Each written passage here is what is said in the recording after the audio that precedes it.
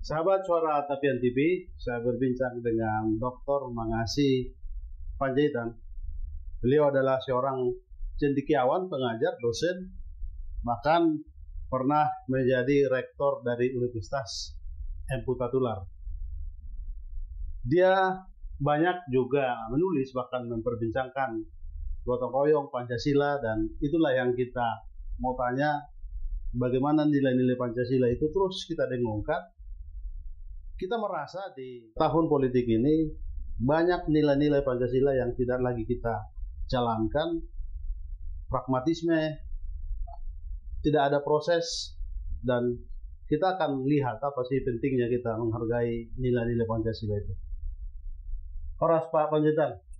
Horas Pak. Horas, apa kabar? Sehat, luar biasa, ini udah lama kita tidak jumpa. Ini di waktu Pak Panjaitan mengajar masih diberi waktu untuk kita berbincang.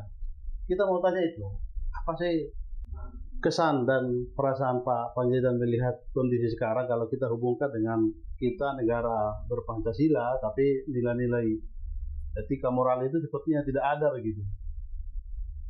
Ya, terima kasih Pak Ujud Marluga. Di sini saya memang mengajar sistem ekonomi Pancasila di kampus ini, dan memang kampus kami ini adalah satu-satunya universitas di Indonesia yang memberikan mata kuliah sistem ekonomi Pancasila. Bahkan itu mata kuliah wajib untuk semua universitas. Tapi barangkali kita tidak menukik di situ. Nah, bagaimana pendapat saya atau perasaan saya tentang Pancasila di Republik ini? Barangkali saya tidak sendirian ya Pak, bahwa yang kita rasakan hari ini adalah memang kita perlu lagi revitalisasi nilai-nilai Pancasila di Indonesia. Karena belakangan ini nampaknya banyak sudah meninggalkan itu, terutama generasi muda Pak. Generasi muda kita sekarang ini agak kurang memahami itu karena memang mereka tidak lagi diberikan pendidikan Pancasila seperti zamannya kita dulu ya. Kalau seingat saya dulu waktu saya kuliah di PB di tingkat 1, kami semua diberikan mata kuliah PENPA, Pedoman Pengamalan Pancasila, dengan maksud supaya anak-anak, supaya kami pada saat itu bisa memahami Pancasila itu apa bagi negara kita, kemudian peranannya sebagai apa dalam falsafah hidup bangsa, peranannya sebagai apa sebagai sumber hukum di Indonesia.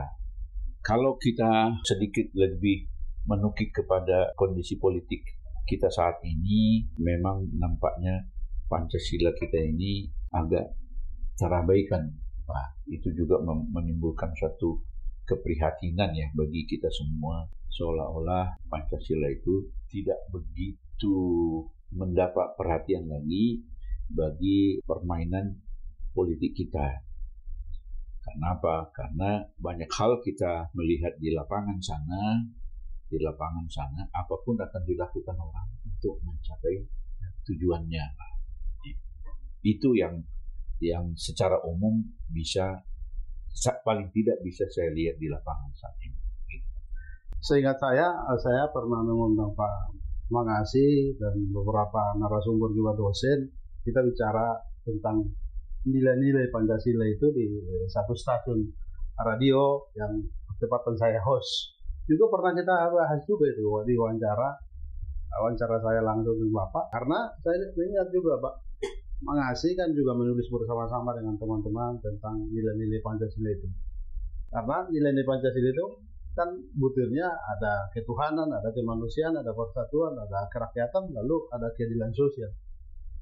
Ini bertepatan kan di bulan-bulan pahlawan. Kita rindu jiwa kepahlawanan, jiwa pengorbanan untuk kesatuan itu, kemanusiaan itu, peradaban kita terus maju. Kita takutnya melihat kondisi sekarang, kita jangan terpola lagi seperti pengalaman-pengalaman sebelumnya, politik identitas. Karena Pancasila itu sudah cukup sebenarnya untuk mengajarkan kita. Barangkali memperjelas ini Pak.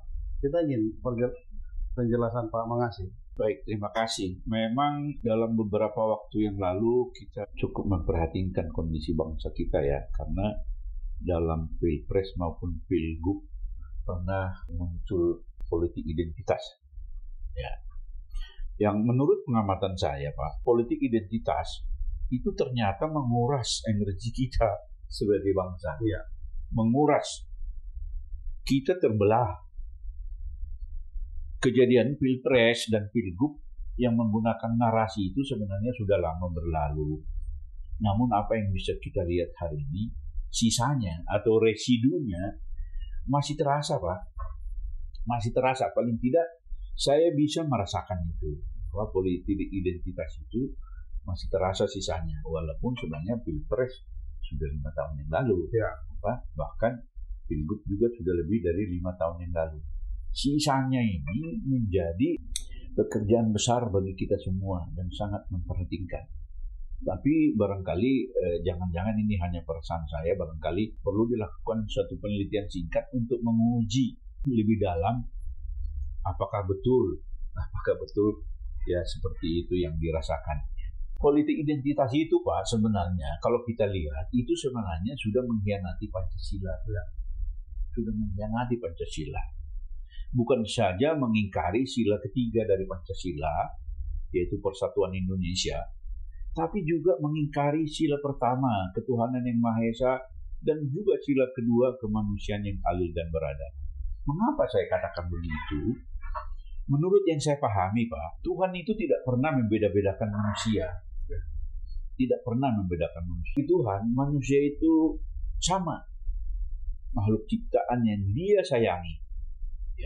Tidak peduli rasnya, budayanya, warna kulitnya, kaya miskin. Ya. Jadi kita sebagai manusia, sebagai makhluk beragama, mestinya atau sebaiknya kita beragama itu ikut perintah Tuhan lah. Ya. Kalau Tuhan sendiri mencintai, tidak membeda-bedakan orang lain, kenapa kita mesti membeda-bedakannya? Kita malah seolah-olah kita lebih tinggi dari Tuhan. Sebagai makhluk ciptaan dan yang sangat disayangin oleh Tuhan, orang lain, kelompok lain, mestinya kita hormati, kita hargai juga, kita sayang. Ya. Memang secara alamiah manusia itu punya identitas yang berbeda. Ya. Itu tidak bisa pungkiri bahwa ada orang Batak, ada orang Ambon, ada orang Jawa, orang Sunda, ada bahasanya berbeda-beda, agamanya berbeda-beda. Hal itu sudah disadari, Pak, oleh pada pendiri bangsa ini, dan itu bagus. Perbedaan itu akan menciptakan sinergi ya yang kuat untuk perjuangan Indonesia merdeka dan pembangunan. Bagaimana dulu persatuan itu sudah terbukti memberikan kekuatan bagi kita semua.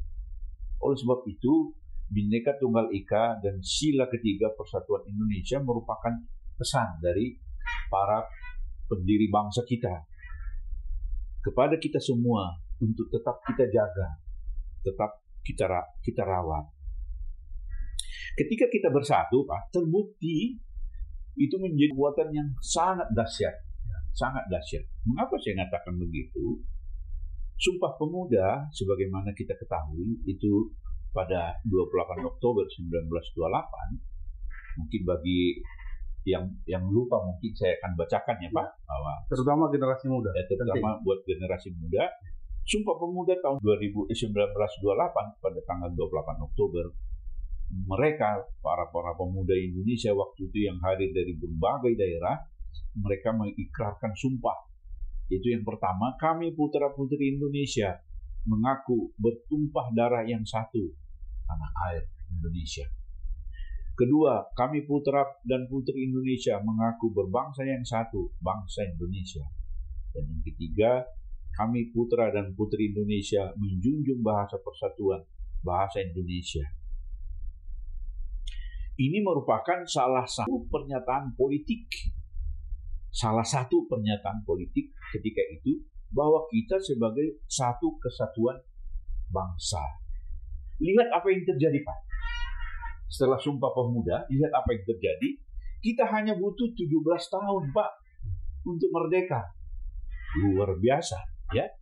Kita bisa merebut kemerdekaan dan memproklamirkannya pada 15 Agustus 1945, ya. Jadi sebenarnya kurang dari 17 tahun, ya. Buat saya ini sangat istimewa, Pak. Sangat istimewa. Mungkin orang lain tidak bisa melihatnya itu, ya.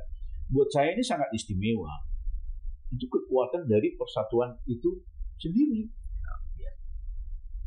Ketika para pendahulu berkomitmen penuh untuk bersatu sebagai bangsa, hanya butuh waktu 17 tahun untuk merdeka. Bayangkan kalau kita sekarang bersatu, ya, bahwa tidak mungkin bahwa di tahun 100 tahun Indonesia merdeka kita bisa menjadi bangsa besar tahun 2045.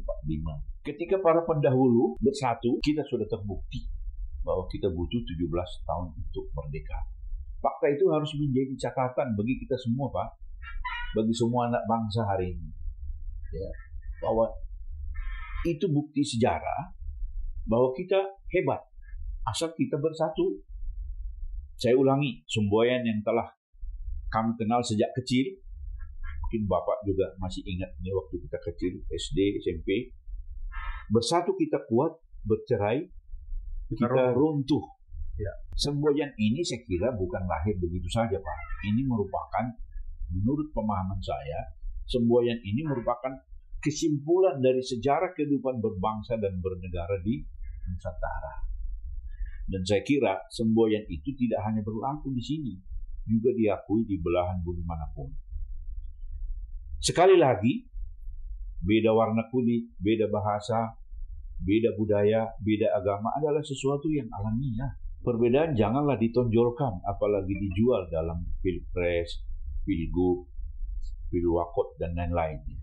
Mari kita lihat perbedaan program kerja 5 tahun ke depan. Mari kita lihat perbedaan rekam jejak mereka. Jadikanlah itu sebagai pembeda antar pasangan capres dan cawapres, lalu lakukan pilihan Anda. Itulah pandangan kami tentang bagaimana nilai-nilai Pancasila harus diterapkan terutama dalam menghadapi pilpres ke depan. Apapun, pilpres, ya, pilgub atau pilkada. Ya. Pilkada juga akan dilakukan secara serentak pada tahun depan. Ya. Pak Dr. Mangasi, saya tangkap tadi bahwa nilai-nilai Pancasila itu sepertinya Tuhan beri sebagai dasar kita berpijak di negara ini. Tapi bagaimana juga pendapat Pak Mangasi yang segelintir juga kelompok menyebut bahwa Pancasila itu kan hanya pikiran, gagasan, olah rasa dari manusia. Di situ ada kekurangan, di situ ada kelemahan, yang juga segelintir itu juga menyebut bahwa yang absolut. Maka ada nanti kelompok yang menonjolkan agama, yang ingin juga negara ini negara agama begitu. Ini juga persoalan-persoalan bagaimana Pancasila itu terus berkejaran dengan banyak pikiran, banyak pendapat ini. Apa pendapat Pak Mangasi? Ya begini Pak, kita harus lihat ke sejarah bahwa berdirinya bangsa ini adalah hasil kesepakatan. Ya. Jadi tanpa ada kesepakatan, sebagaimana disampaikan dalam Sumpah Pemuda tadi, kita mungkin tidak merdeka sebagai bangsa Indonesia hari ini. Ketika para pendiri Republik ini sepakat untuk merdeka, dan mereka juga sepakat untuk menentukan dasar negara, Pak. Dasar negara, buat apa dasar negara harus ditentukan? Supaya menjadi dasar berperilakunya masyarakat Indonesia, baik pejabat maupun anggota masyarakat. Itulah sebabnya Pancasila itu juga menjadi dasar hukum dari segala hukum yang berlaku di Indonesia. Bagaimana semestinya bangsa Indonesia berperilaku, bagaimana semestinya pejabat-pejabat Indonesia berperilaku, ya kita sudah sepakati bahwa Pancasila menjadi dasar negara kita. Tapi kembali tadi ke pertanyaan Bapak, soalnya ada sekelompok orang yang mengatakan bahwa Pancasila itu ciptaan manusia. Yang saya lihat di Pancasila itu sebenarnya walaupun itu ciptaan manusia, Pancasila itu sendiri melingkupi, bisa menampung semua ide dari agama yang ada di Indonesia. Ya. Semua penganut beragama itu kan percaya kepada Tuhan, mestinya mengikuti perintah Tuhannya. Ya. Kemudian saya kira agama membawa kebaikan bagi semua penganutnya.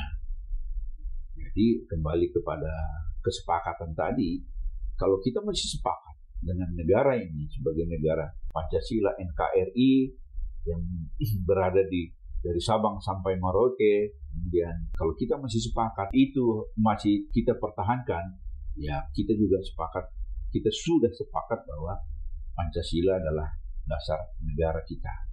Ketika ada orang nanti yang mencoba mengganti Pancasila, tentu dia sudah melanggar, dan secara hukum itu bisa termasuk makar, Pak.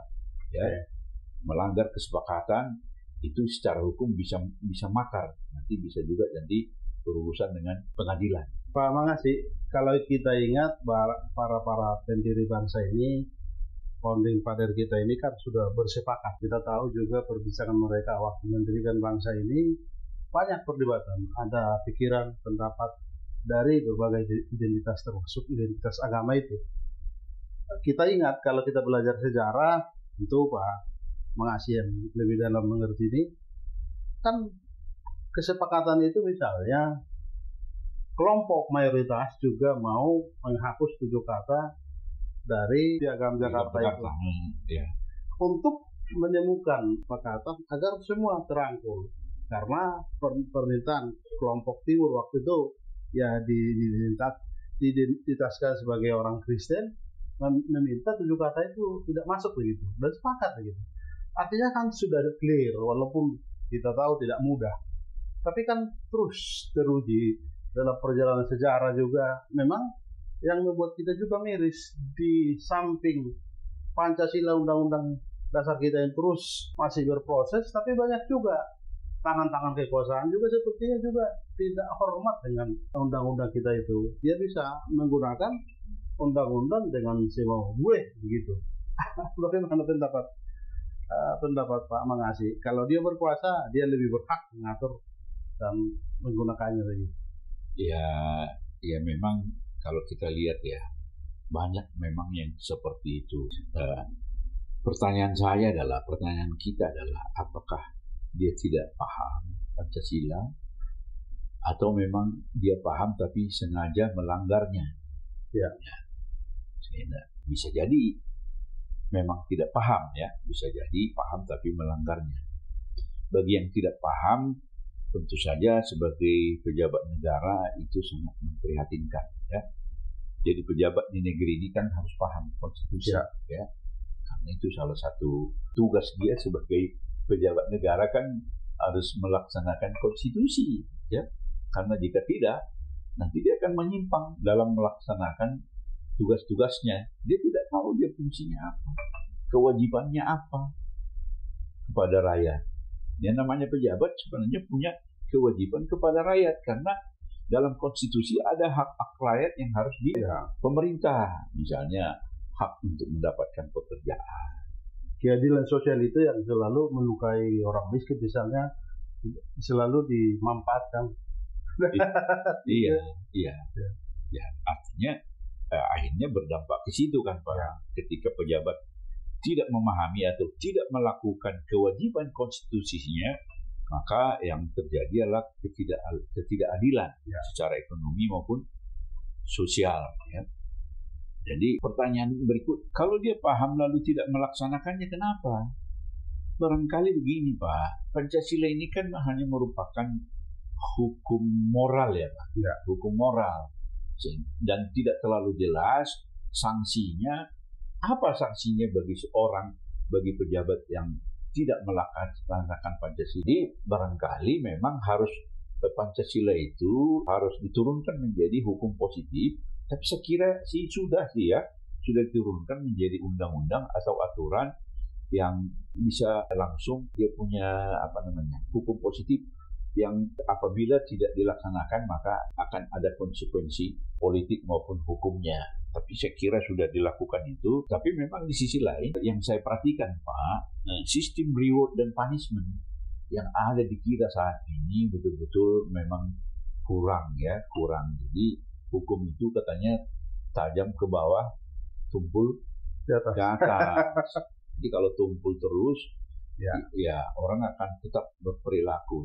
Toh sanksi hukumnya, terutama sanksi hukumnya tidak terlalu kalau sanksi sosial sama sanksi normatif barangkali itu kan relatif ya, karena setiap orang itu punya nilai norma-norma yang berbeda yang sifatnya subjektif. Tapi kalau hukum positif kan ketahuan, oh kamu melanggar ini konsekuensinya ini, kamu sana melanggar itu konsekuensinya.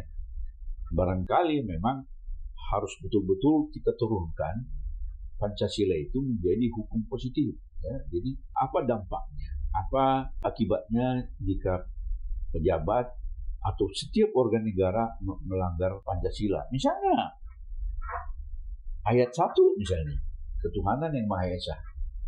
Apa misalnya dampaknya ketika warga negara tidak menghargai agama orang lain? Apa akibat hukumnya bagi warga negara yang menista agama? Ya, itu harus jelas. Tapi kita lihat sekarang ini penistaan agama hanya berlaku sepihak. Kalau agama sana, ada agama tertentu merasa itu penistaan agama itu tidak berlaku seimbang untuk semua agama. Ya, ada orang-orang tertentu yang sudah jelas-jelas menista agama orang lain, tidak dia apa-apakan, ya, dan karena tidak dia apa-apakan itu berlanjut terus, ya. Sementara nanti ada orang lain yang melakukan salah ucap dan segala macam, itu betul-betul langsung dikejar, diproses secara hukum. Mengapa implementasi dari nilai-nilai Pancasila itu masih nampak kendor? Saya kira itu karena belum terlalu jelas sanksi hukum apa yang diterima oleh orang jika tidak mengamalkan Pancasila. Saya kira itu, Pak. Mungkin terakhir Pak Panjaitan, jiwa Pancasila, spirit dari Pancasila ini untuk masing-masing kita tangkap bahwa sudah sangat cukup membawa bangsa ini menjadi bangsa yang besar, persatuan kita, kemanusiaan kita, dan ketuhanan kita.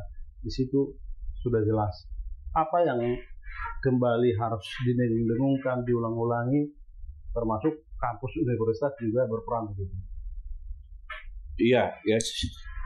Sepanjang kita sepakat bahwa Pancasila adalah menjadi dasar negara kita, maka kita harus melakukan berbagai upaya. Kita bekerja keras untuk membumikan Pancasila ini di Indonesia.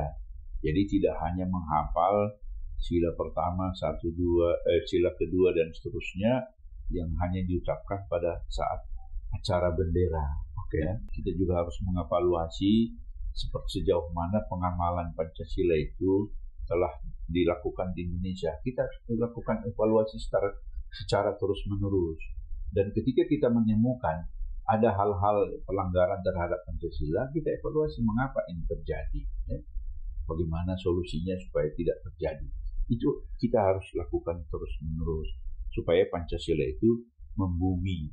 Satu hal, Pak, yang ingin mungkin saya sampaikan, Pancasila ini sudah terbukti menjaga NKRI, Pak, dari berbagai perpecahan, ya. Terus menunjukkan bahwa beberapa kali ada kekuatan-kekuatan yang ingin mengganti Pancasila dengan ideologi lain. Tapi apa yang kita lihat, Pak, semua hilang, semua hangus, semua berantakan. Itu artinya apa, Pak? Bahwa Pancasila itu sebenarnya masih hidup di hati sanubari bangsa kita, Pak. Ketika dia diganggu, maka secara serentak mayoritas anak bangsa akan bangkit membelanya. Itulah salah satu kekuatan kita untuk menjaga persatuan kita ke depan. Kenapa saya bilang ke depan? Karena saat ini beberapa waktu yang lalu pernah saya menonton video bahwa salah satu pejabat di PBB sudah mengakui kekuatan Pancasila itu sebagai suatu kekuatan, suatu nilai atau suatu norma-norma yang mampu mempersatukan suatu bangsa. Jadi nampaknya mereka juga ingin mencoba meminjam nilai-nilai Pancasila itu untuk diterapkan di negara lain. Ya, itu suatu berita baik saya kira, dan kita sebagai pemilik Pancasila tentu bangga dengan itu. Jangan sampai nanti nilai Pancasila kita diadopsi orang lain, dan ketika nanti orang mau belajar Pancasila pergi ke negara lain, mestinya ke kita. Ya, saya ingat dulu di Universitas Pancasila kami dulu sempat mendirikan ini Pak, pusat studi Pancasila. Ya, bagaimana di sana kami lakukan waktu itu menggali nilai-nilai kearifan lokal Nusantara, ya, yang menjadi akar daripada Pancasila itu. Jadi kalau kita pergi ke berbagai di daerah Indonesia, sebenarnya nilai-nilai Pancasila itu ada Pak. Nilai-nilai Pancasila itu ada. Hampir semua bangsa kita itu adalah orang-orang yang agamis, ya, sangat menghargai, mencintai orang lain, mencintai orang tuanya, mencintai keluarganya, lalu kemudian adanya rasa persatuan, ya, bahwa dalam kelompok-kelompok tertentu mereka membentuk persatuan. Kalau kita lihat misalnya di Jakarta ini, misalnya kita lihat Pak, hampir semua suku-suku yang ada di Indonesia ketika di Jakarta mereka rindu, mereka masing-masing membuat paguyuban, ya, ada paguyubannya orang Batak, orang Sunda, orang Papua, orang Ambon, orang Makassar, dan segala macam. Itulah kita Pak. Jadi dalam soal pemerintahan misalnya, hampir semua di daerah ada sistem itu. Kemudian soal keadilan sosial, semua masyarakat di Nusantara ini peduli kepada sesamanya, tidak mau menang sendiri. Tapi memang betul, karena dulu juga Soekarno mengatakan bahwa Pancasila itu adalah puncak-puncak budaya Nusantara. Jadi Soekarno hanya menggali nilai-nilai kearifan lokal yang ada di Nusantara menjadi Pancasila kita hari ini. Sehingga Pancasila itu milik kita bersama seluruh bangsa Indonesia. Nah, sebagaimana saya sampaikan tadi, ketika ada kekuatan yang mengganggu Pancasila itu, maka kita secara bersama-sama bangkit untuk membela dan untuk mempertahankannya. Saya kira itu tetap masih relevan Pak, hari ini dan ke depan kita harus menjaga Pancasila. Tapi lagi-lagi kembali bagaimana kita membumikan Pancasila ini menjadi lebih baik, supaya menjadi pegangan aturan main di dalam masyarakat, aturan main dalam pilpres, aturan main dalam pilgub, ya. Jadi tidak hanya menjadi hafalan saja. Karena kalau begitu nanti akan banyak orang bertanya, Pak, apakah ada sih Pancasila di Indonesia? Memang iya, kalau melihat kondisi kita hari ini, kondisi ekonomi, ketimpangan, dan kemudian potensi pecahnya kita sebagai bangsa itu sudah memunculkan berbagai pertanyaan dari berbagai masyarakat. Masih salah satunya adalah masih relevankah Pancasila kita bicarakan hari ini?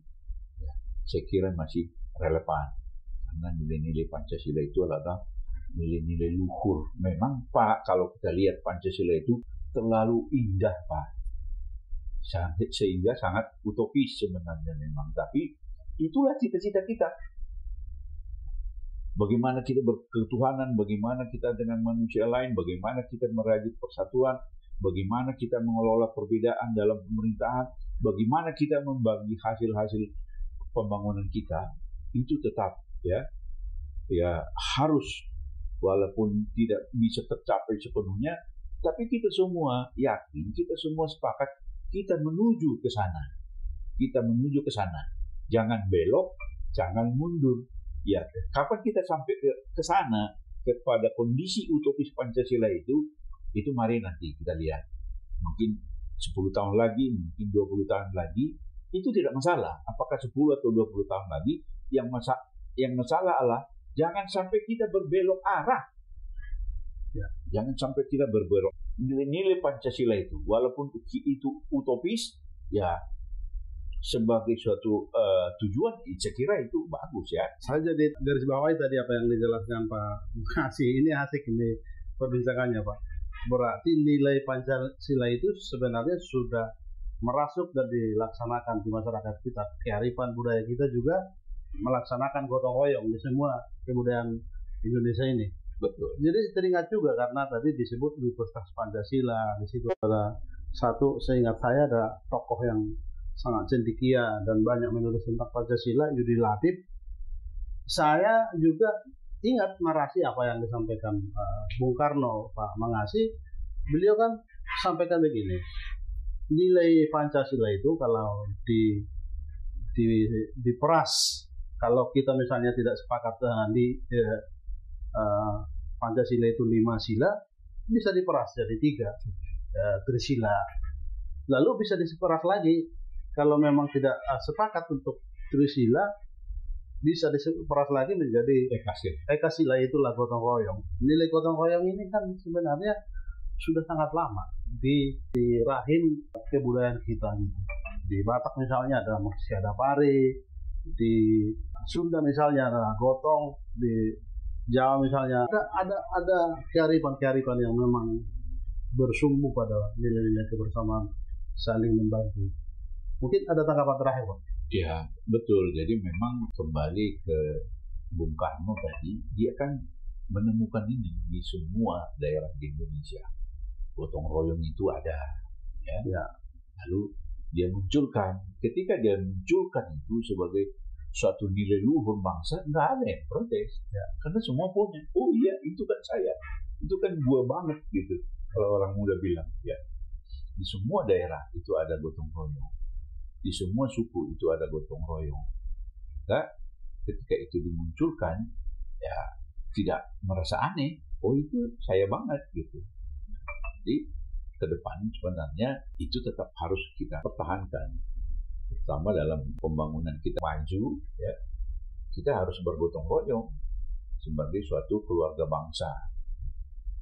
Kita ini kan punya paham kebangsaan, Pak. Kita sudah sepakat. Kita satu bangsa, satu tanah air, satu bahasa. Ya. Ada satu hal lagi, Pak, yang sangat menarik buat saya adalah ketika Sumpah Pemuda memilih bahasa Indonesia sebagai bahasa persatuan, itu luar biasa, Pak. Tanpa menghilangkan bahasa daerah. Itu luar biasa. Ya. Dan kalau mungkin kita bicara besar-besaran, kalau bicara kuat-kuatan, mestinya pada saat itu bahasa Jawa yang jadi menonjol karena mayoritas, ya. Iya. Tapi itulah hebatnya teman-teman kita dari Jawa. Mereka ikhlas menggantikan bahasa Jawa, menggantikan bahasa Jawa dengan bahasa Indonesia sebagai bahasa persatuan. Indonesia itu kan dari bahasa Melayu dari Riau sana, di mana penduduknya adalah penduduk minoritas. Ini saya kira suatu contoh, ya. Suatu contoh yang sangat baik bagaimana kita mengelola persatuan. Kita juga harus rela, kehilangan sesuatu, yang walaupun itu sebenarnya bisa kita tuntut atas dasar demokrasi, atas dasar mayoritas, tapi jika itu dirasa tidak menjadi nilai positif, ya kita tidak paksakan. Sama dengan banyak hal, ketika kita menjadi mayoritas tidaklah harus menjadi semena-mena kepada minoritas. Kalau memang kita sebagai bangsa, sebagai keluarga, sebagai orang yang merasa satu keluarga, ya. Satu keluarga apa? Satu keluarga Indonesia. Ya.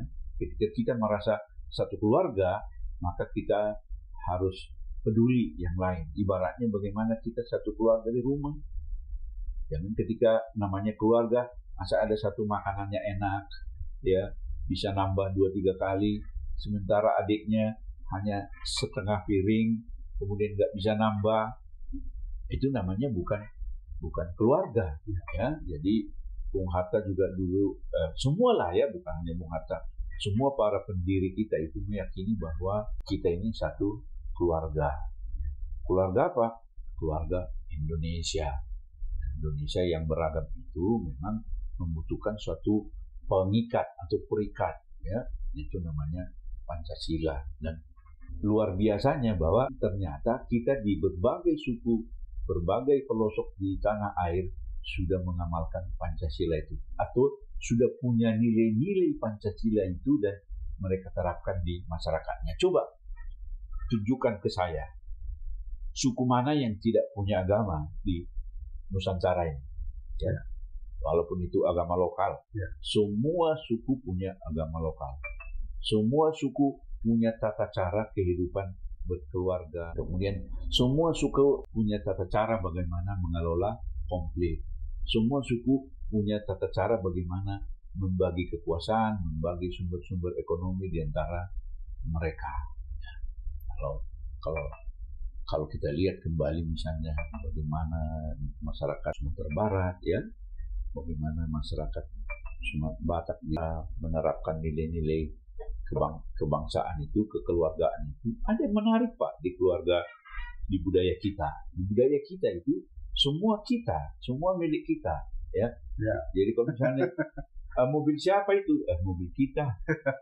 Nanti datang ke rumah kita, itu anak siapa? Anak tak, buruh tak, ya, mobil tak, kantor tak. Cuma dua di masyarakat Batak yang bukan kita, yaitu istri. Uang dan istri.